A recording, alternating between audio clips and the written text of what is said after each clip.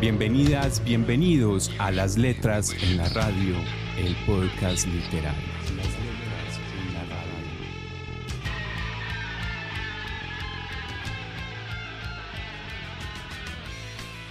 Hoy vamos a hablar acerca del amor romántico, un concepto que es bastante controvertido y controvertible, pero que es más complejo de lo que a veces parece.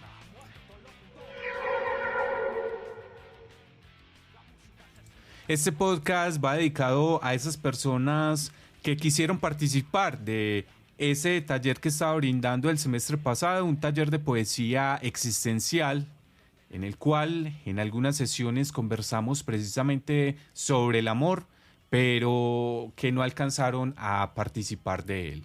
Ese taller de poesía existencial pronto lo van a encontrar en la plataforma Udemy, que es donde alojo mis cursos de escritura.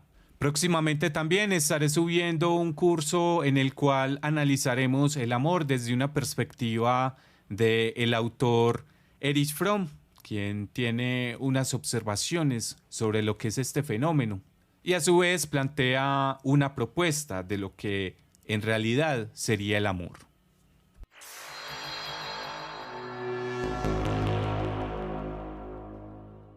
Hay tres formas de concebir lo que es el amor romántico y esas tres formas son un poco distintas entre sí. Voy a hacer un poco de spoiler. La primera forma tiene una relación con el movimiento del romanticismo. Es una forma entonces que podríamos decir histórica. La segunda es una forma en que conciben los psicólogos al enamoramiento.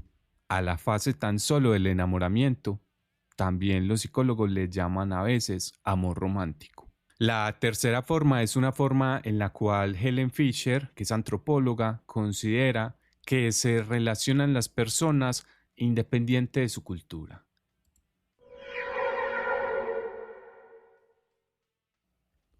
Antes de ver estas tres formas de lo que es el amor romántico, vamos a ver unas críticas que se le suelen hacer a este concepto. Una de las grandes críticas es una crítica que se relaciona con el hecho de creer que la pareja lo es todo, lo cual implica un problema muy grande y es la pérdida de la autonomía y el gran apego que se genera entonces a la otra persona, que se convierte en ese todo del cual se depende. Este hecho se ve reforzado por una idea que es muy antigua, es la idea de la media naranja, que nos dice que somos seres incompletos, que nos vemos completos, entre comillas, cuando estamos con una pareja. Esa idea en realidad es una idea muy antigua y ahí es donde si vamos a empezar a pensar el amor romántico como una cuestión histórica, hay que estar rastreando hacia atrás, hacia atrás, hacia atrás en la historia. Esa idea de la media naranja surge en el banquete de Platón. Se tiene evidencia pues de esta idea en el banquete de Platón, en donde se expone la idea en realidad de Aristófanes, y Aristófanes decía que todos los hombres tenían unas formas redondas, la espalda y los costados colocados en círculos. Estos seres tenían 4 brazos, 4 piernas, 2 fisonomías, es decir, 2 rostros unidos a un cuello circular y perfectamente semejantes. Una sola cabeza era la que reunía estos dos semblantes opuestos entre sí, o sea, las dos caras estaban opuestas.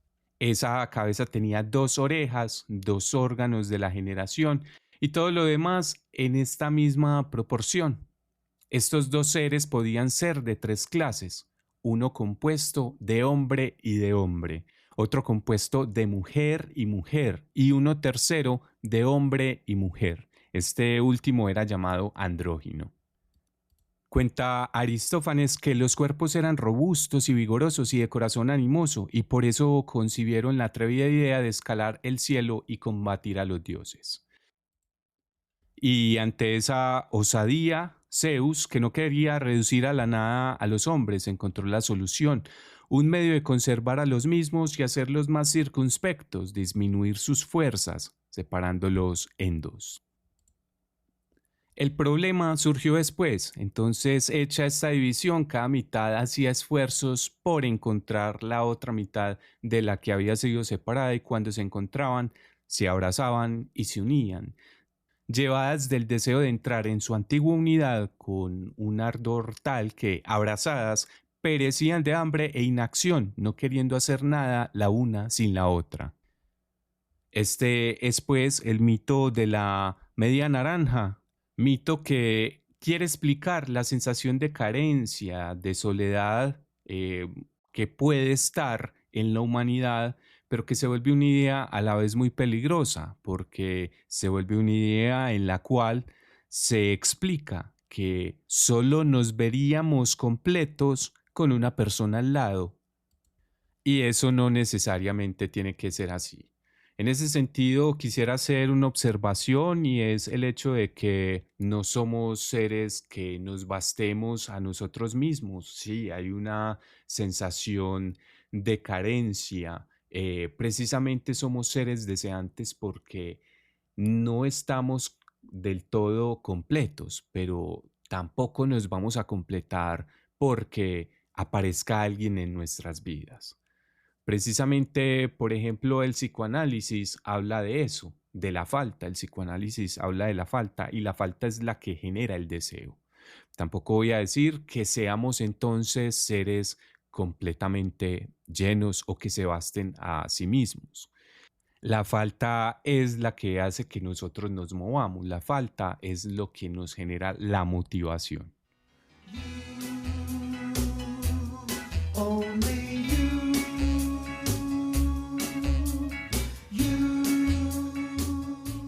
Otra crítica que se suele hacer al amor romántico es el hecho de que en el amor romántico se suele generar un alto grado de idealización de la persona amada.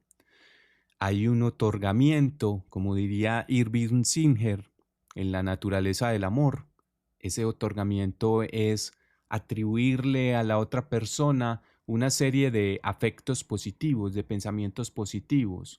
Y ese otorgamiento o esa idealización pueden generar que se nuble el juicio respecto a la misma.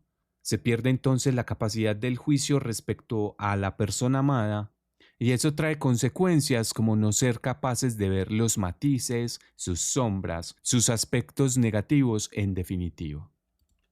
A este propósito, quisiera entonces compartir una idea de Slavoj Žižek, quien dice que el amor no es idealización. Todo verdadero enamorado sabe que si realmente amas a una mujer o a un hombre, no lo idealizas a él o a ella. El amor significa que aceptas a esa persona con todas sus fallas, estupideces, aspectos feos, y sin embargo, la persona es absoluta para ti, todo lo que en la vida hace que valga la pena vivir, pero es perfección en la imperfección misma. Esta crítica respecto a la idealización o al otorgamiento lleva implícito el hecho de que en esa forma de amor se puede llegar entonces a enamorarse tan solo de una imagen mental y no una realidad. Y eso va a traer unas implicaciones cuando a la persona enamorada se le caiga la idealización.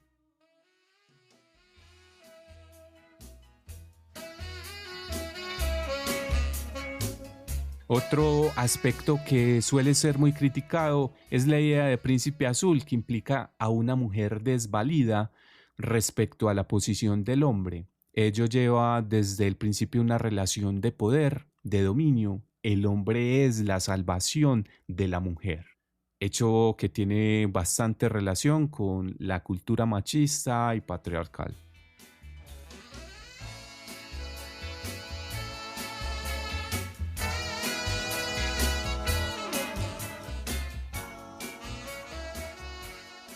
Por otra parte, está la idea de que el amor lo puede todo. Esta idea en Occidente, por ejemplo, la podemos hallar en la Biblia, en Corintios 13, del cuarto versículo al séptimo versículo, donde dice Pablo que el amor todo lo cree, todo lo espera, todo lo tolera y así entonces se pueden justificar muchas cuestiones como el maltrato, la violencia, el dominio, simplemente por amor.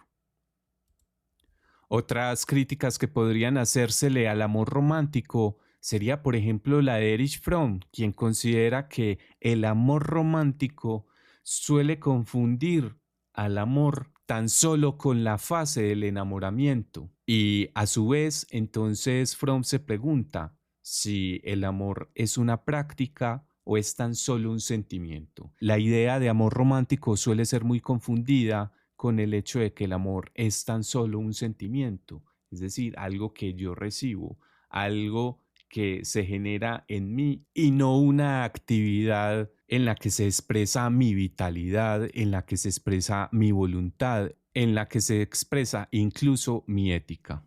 Respecto a la idea entonces de amor y no solo de amor romántico, podrían formularse varias críticas, observaciones.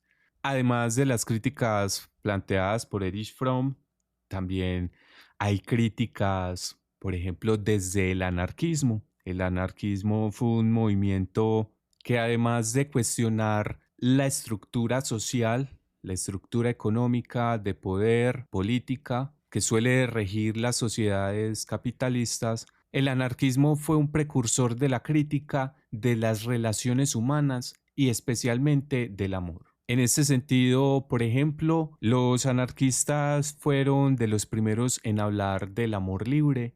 El amor libre fue un movimiento que empezó a cuestionar la forma en que se relacionaban las personas y en especial el amor.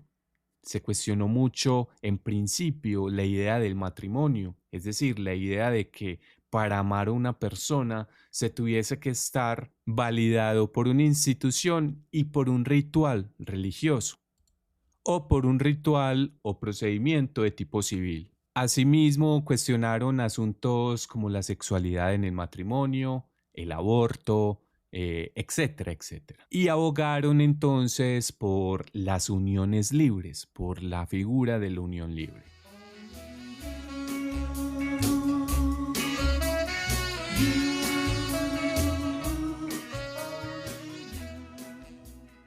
Pero voy a dejar hasta ahí porque este podcast no es tanto de críticas al amor romántico, sino que es sobre el origen de este concepto que ya habíamos mencionado, que podría hablarse de amor romántico en tres sentidos.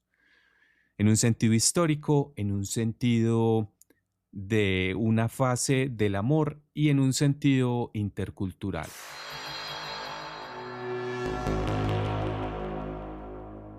Vamos a ir al grano y vamos a hablar del ciclo o de las fases del amor. Este es un tema bastante interesante. Como primera fase del amor se habla de un flechazo. Ese primer flechazo es un impacto amoroso en el cual se impone el deseo y ese deseo entonces cubre al objeto de amor. En esta primera fase del amor se habla de la idealización y de la negación de los aspectos negativos de la otra persona. Luego de ese flechazo empieza el galanteo. La persona muestra las partes más organizadas de su personalidad a la vez que idealiza a la otra persona. En este sentido es cuando Lacan dice amar es dar lo que no se tiene a quien no es. En el sentido precisamente de que se da lo que no se tiene, es decir, se muestra la parte más organizada de sí mismo y se idealiza a la otra persona, se da a quien no es. Es una persona idealizada, entonces no es ella misma. Esto es algo que se plantea desde la psicología y parece ser entonces que no hay enamoramiento sin idealización. No hay amor entonces en principio sin que no haya habido idealización. Viene entonces la etapa del enamoramiento. La etapa del enamoramiento también es llamada amor romántico. Los psicólogos suelen hablar entonces de enamoramiento o de amor romántico. Son sinónimos. y se refiere a la tormenta emocional de la cual se dice el amor es ciego, está operando completamente la idealización, mecanismo de defensa mediante el cual una persona no es capaz de ver los aspectos negativos de otra, porque está lleno de ideal, de expectativas. Y por eso siempre después del enamoramiento viene una crisis que es llamada el ajuste del vínculo. Ese ajuste del vínculo es un asunto en el cual entonces se da una decepción, se da un reconocer tanto lo positivo y lo negativo y nace el amor maduro. El enamoramiento se caracteriza por una sensación de completud, una simbiosis se habla en psicología. La simbiosis es un concepto de la biología que se refiere al hecho de una interacción biológica o asociación íntima de dos organismos de especies diferentes que se benefician entre sí. Se habla entonces en la psicología de una simbiosis cuando dos personas están muy unidas, cuando están en ese enamoramiento.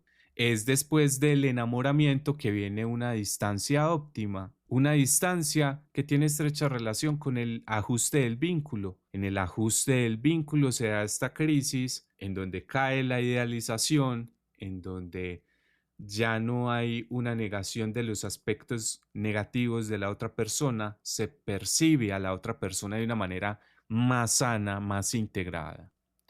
A veces en este ajuste del vínculo puede haber mucha agresividad porque se descubren las fallas del otro. Hay culpas, acusaciones, pero también hay reparaciones. También se habla después del ajuste del vínculo de un amor de compañía o un amor maduro. Es cuando el vínculo se completa, hay compañía y ambos están incluidos en las aspiraciones individuales y conviven en la cotidianeidad. Finalmente se habla del desamor. El desamor es el fin del amor, aunque no necesariamente implica una ruptura. En el desamor no hay vibración ni comunicación sexoafectiva.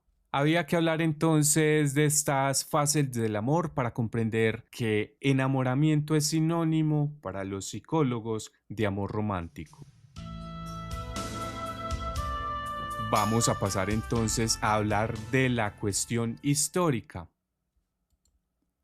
La idea de amor romántico surge alrededor del siglo XVIII, de una forma que Glenda Cuetos González, en Amor a lo largo de la historia, dice que revolucionará, que irá encaminado sobre todo a romper los cánones anteriores sobre el amor, uniendo pasión y deseo sexual, convirtiendo a los propios sujetos como dueños de sus emociones. Glenda continúa con que el concepto ha influido en que a partir del siglo XX el amor quiera ser estudiado e investigado por otras disciplinas, puesto que prácticamente hasta este siglo solo se ocupaba la literatura de dar definiciones sobre el mismo sin ningún tipo de rigor científico. En ese sentido, entonces ha sido la literatura una encargada de replicar la idea de lo que debería ser el amor.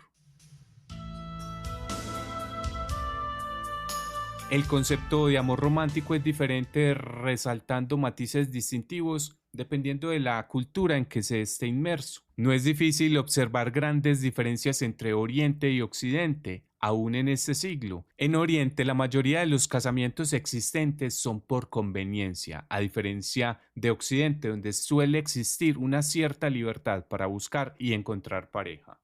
En ese sentido, entonces, los matrimonios que se dan por conveniencia, que se dan por cuestiones económicas, no son en sentido estricto amor romántico.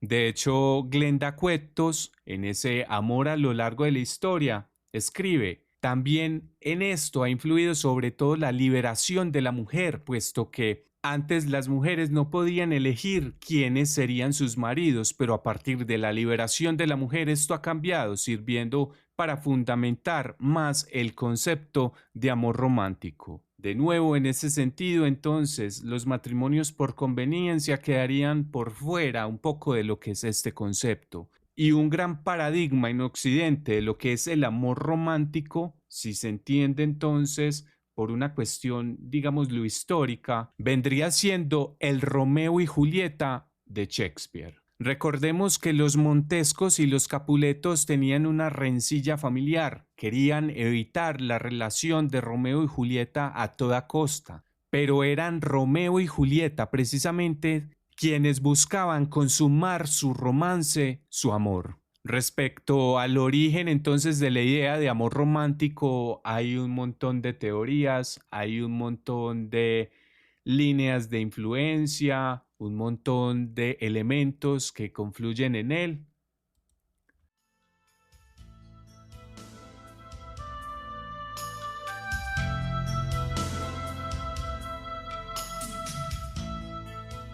Diana Uribe, por ejemplo, dice que fue Leonor de Aquitania quien fue a Oriente en una cruzada en Guerra Santa. Allá conoció a los sufíes, una rama mística del Islam, y a través de ellos es quien entonces trae la idea del amor romántico o cultiva esa semilla en Occidente. Leonor de Aquitania vivió en 1137, muchos siglos antes de lo que, por ejemplo, Glenda Cuetos González considera que es el amor romántico, concepto que ella dice que surge en el siglo XVIII.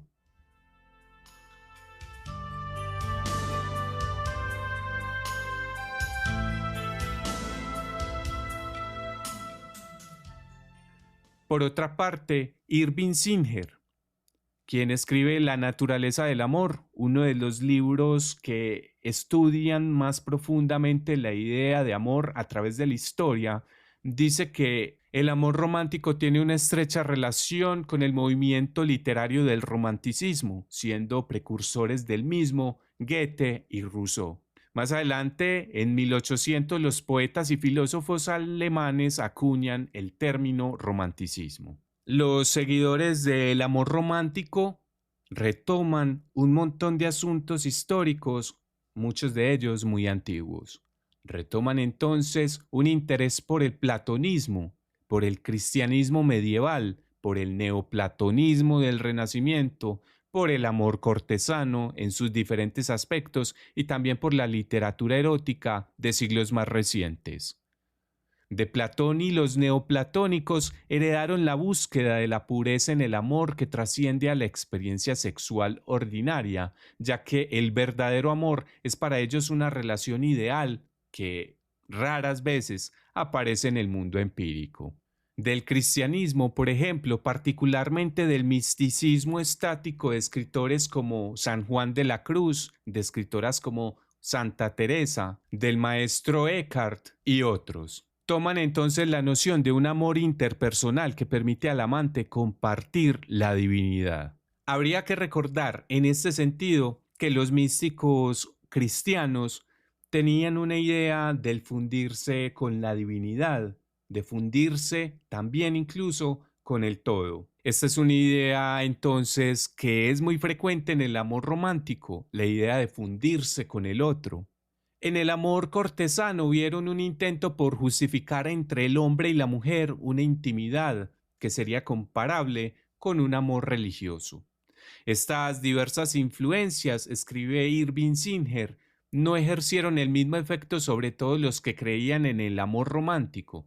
Algunos eran cristianos, pero otros no lo eran, y muchos de los que fueron inspirados por su descubrimiento del idealismo platónico cortesano permanecieron fieles a esas enseñanzas solo cuando se adecuaban a sus propias necesidades como pensadores del siglo XIX. Esto es un poco de esa visión histórica de lo que es el amor romántico, esa perspectiva histórica.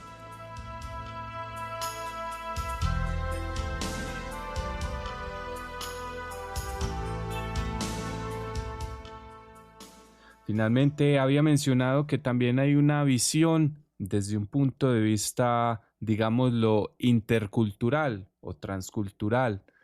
Dice Helen Fisher, que es antropóloga, que podría hablarse de unas 7 características comunes a la experiencia del amor romántico en todas las culturas.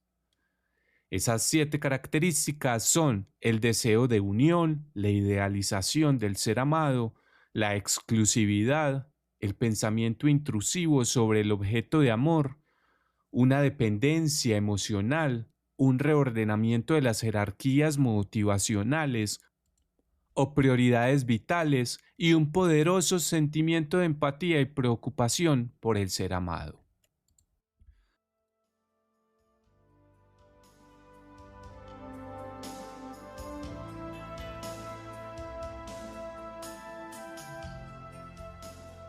Ya hemos hablado bastante de lo que es el amor romántico, pero ahora quisiera pasar a una de las secciones que más les puede interesar a algunos de los escuchas.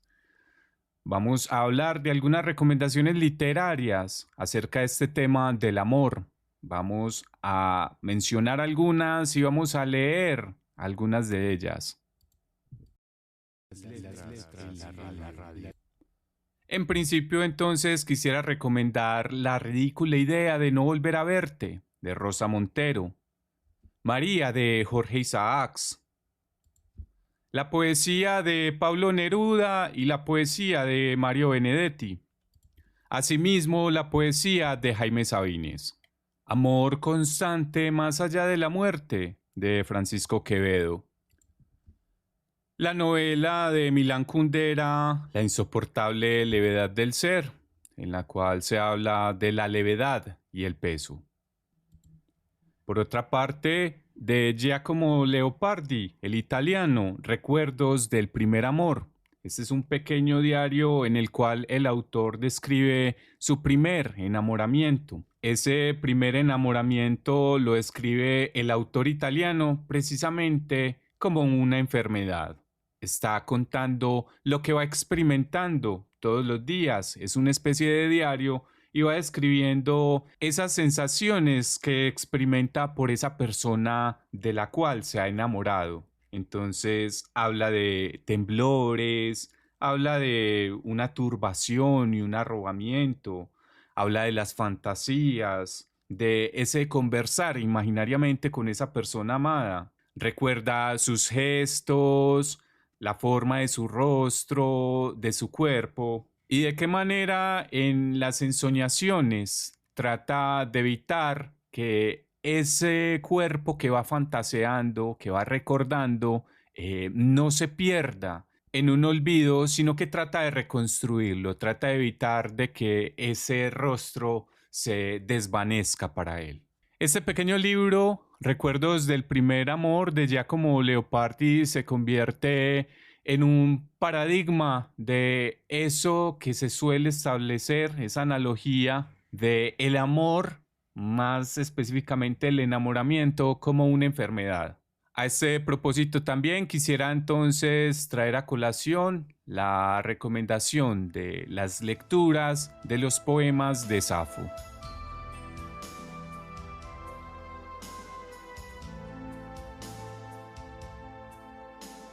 Poema de amor. Igual parece que los eternos dioses, quien logra verse frente a ti sentado, feliz y goza tu palabra suave, suave tu risa. A mí en el pecho el corazón se oprime, solo en mirarte, ni la voz acierta, de mi garganta a prorrumpir y rota. Calla la lengua, fuego sutil dentro de mi cuerpo todo, presto discurre los inciertos ojos, vagan sin rumbo, los oídos hacen ronco zumbido, cúbrome toda de sudor helado, pálida quedo cual marchita hierba, y ya sin fuerzas, sin aliento, inerte, parezco muerta. Vamos a leer ahora un poema de Louise Gluck que se halla en el libro Vita Nova. Louise Gluck fue laureada con el Premio Nobel en el año 2020. Las letras en la radio. Amor terrenal. Las convenciones del tiempo los mantuvieron unidos.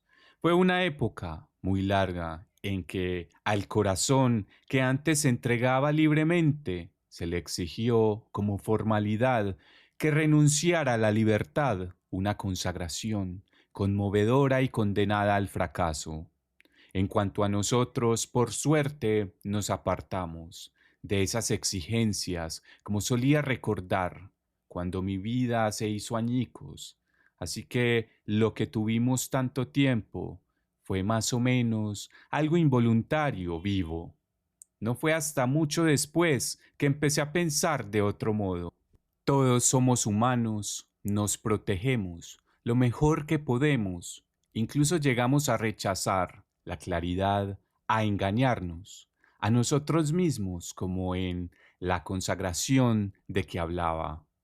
Y sin embargo, en ese engaño hubo verdadera felicidad, así que creo que repetiría esos errores del mismo modo. Tampoco me parece que sea crucial saber si esa felicidad se basa en una ilusión, es real a su manera y en cualquier caso acabará.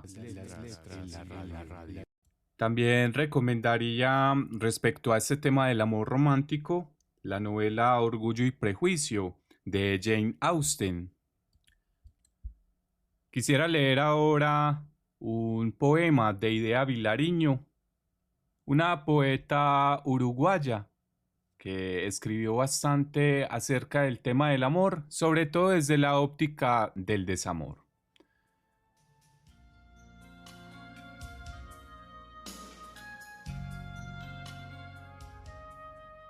Te estoy llamando, amor, desde la sombra, desde el dolor, amor, te estoy llamando, desde el pozo asfixiante del recuerdo, sin nada que me sirva ni te espere. Te estoy llamando, amor, como el destino, como al sueño, a la paz. Te estoy llamando, con la voz, con el cuerpo, con la vida, con todo lo que tengo y que no tengo, con la desesperación, con sed, con llanto, como si fueras aire y yo me ahogara, como si fueras luz y me muriera. Desde una noche ciega, desde olvido, desde horas cerradas, en lo solo, sin lágrimas ni amor, te estoy llamando, amor, como a la muerte. A propósito de la poeta uruguaya Idea Vilariño, quisiera entonces traer a colación una historia y es que ella tuvo un romance con Juan Carlos Onetti. Parece que en esta relación se quisieron, pero a la vez se odiaron. Rompieron, se reconciliaron en varias ocasiones, hasta que Onetti dejó a Idea por Dorotea Moore para casarse con ella, y entonces Onetti le escribe Los Adioses en 1954. Por su parte, Idea Vilariño responde 3 años después con un poemario que se llama Poemas de Amor, en cuya segunda edición añade uno de los poemas más bonitos de su literatura, que es el poema que dice de la siguiente manera: ya no será, ya no viviremos juntos, no criaré a tu hijo, no coseré tu ropa, no te tendré de noche, no te besaré al irme, nunca sabrás quién fui, por qué me amaron otros. No llegaré a saber por qué, ni cómo, nunca, ni si era verdad lo que dijiste que era, ni quién fuiste, ni qué fui para ti, ni cómo hubiera sido vivir juntos, querernos, esperarnos, estar. Ya no soy más que yo, para siempre, y tú ya no serás para mí más que tú. Ya no estás en un día futuro. No sabré dónde vives, con quién, ni si te acuerdas. No me abrazarás nunca como esa noche, nunca. No volveré a tocarte, no te veré morir. En estos poemas de amor, especialmente desamor, quisiera traer también a colación un poema de Alejandra Pizarnik, El olvido. En la otra orilla de la noche, el amor es posible. Llévame, llévame entre las dulces sustancias que mueren cada día en tu memoria.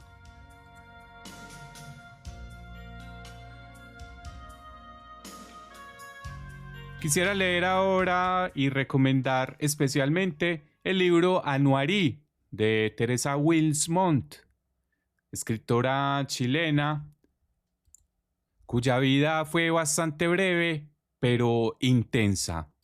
A los 17 años se casa con Gustavo Balmaceda, sobrino del presidente José Manuel Balmaceda.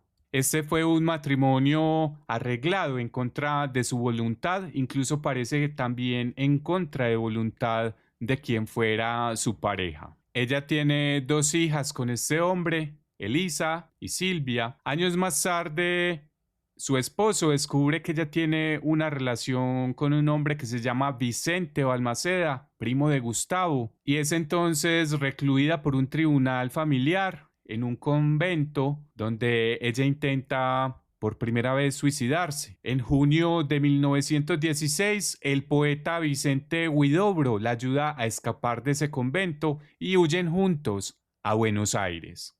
Vamos a hablar ahora de Anuarí. Este es un libro que se basa en una experiencia que le ocurre a Teresa. Cuando ella estaba muy joven, se había enamorado de Horacio Ramos Mejía, joven que se suicida frente a ella, experiencia que la deja marcada a Teresa, y a raíz de ello, Teresa escribe Anuarí, libro que comienza de la siguiente manera. Para Anuarí, que duerme en este féretro el sueño eterno, para él, Anuarí mío, que nadie puede disputármelo, porque mi amor y mi dolor me dan derecho a poseerlo entero, cuerpo dormido y alma radiante. Sí, Anuarí, este libro es para ti. No me lo pediste tú una tarde, tus manos en las mías, en tus ojos, mis ojos, tu boca en mi boca, en íntima comunión, y yo, toda alma, te dije sí, besándote hondo en medio del corazón. ¿Te acuerdas, Anuarí? Oh, ya no puedo escribir tu nombre sin que un velo de lágrimas oculte mis ojos y un apretado nudo estrangule mi garganta. ¿Por qué te fuiste, amor? ¿Por qué? Me lo pregunto 1000 y 2000 veces al día y no acierto a hallar una respuesta que alivie el feroz dolor de mi alma. Sí, porque te fuiste a Nahuarí y no me llevaste contigo, mirando tu retrato con la pasión de una madre, de una novia, de una amante loca de amor, trato de arrancar de tu mirada el gran enigma que ha destrozado tu vida y la mía. Ah, mi criatura, cuando la suerte impía me arrebató esas dos hijas de mi sangre, creí que el dolor mío había roto los límites humanos, pero no. Tú has hecho que mi grito desesperado llegue hasta el mismo trono de Dios, de los cristianos, y los apostrofe, temblando de santa y fiera indignación. No se puede ser tan cruel con una débil criatura sin darles fuerzas suficientes para soportar los latigazos y abandonarla después en la agonía. Sí, tu partida silenciosa me ha dejado agonizando al borde de la infinita nada y sola, con sed de cariño, con ansia de dormir y descansar, rendida al fin.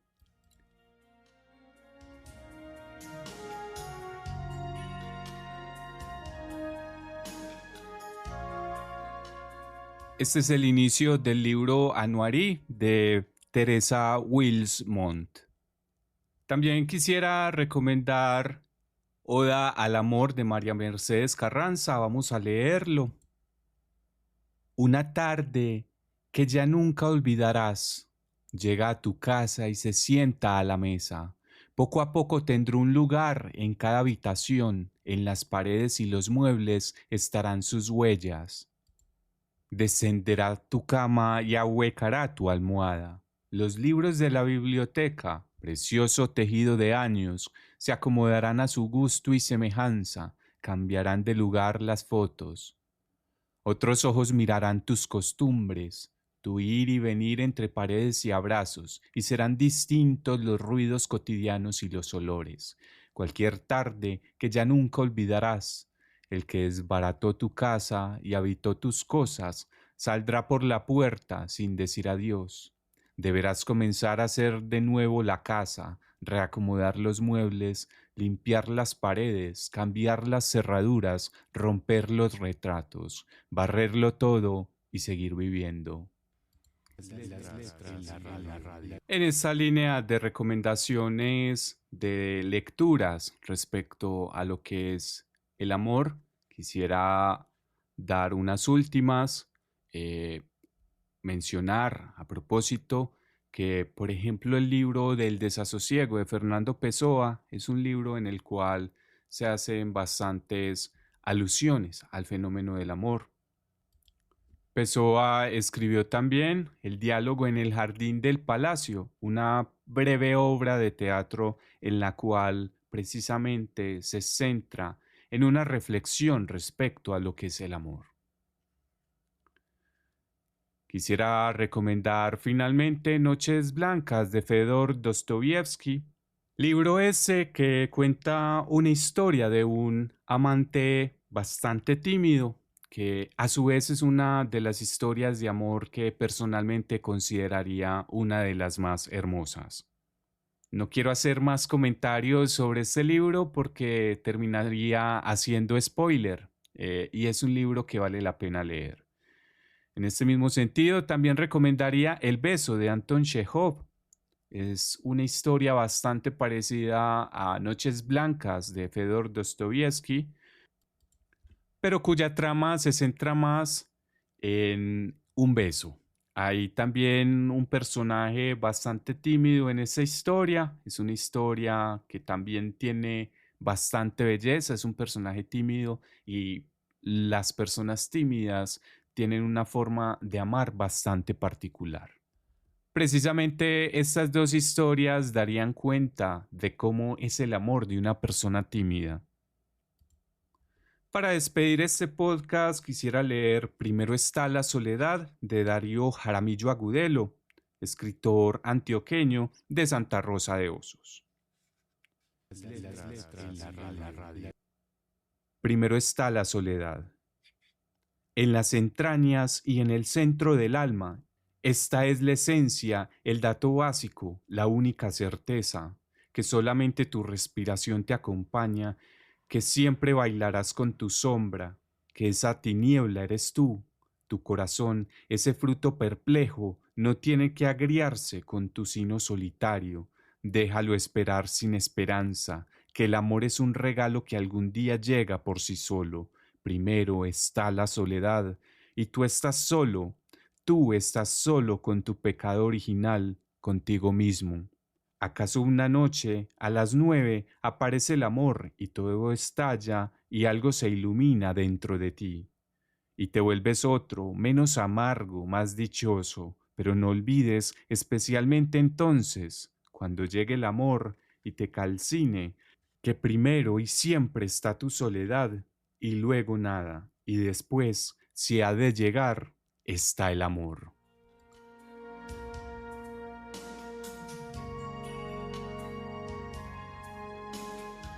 Producción y coordinación, Mauricio López. Las letras en las redes. Las letras en la radio.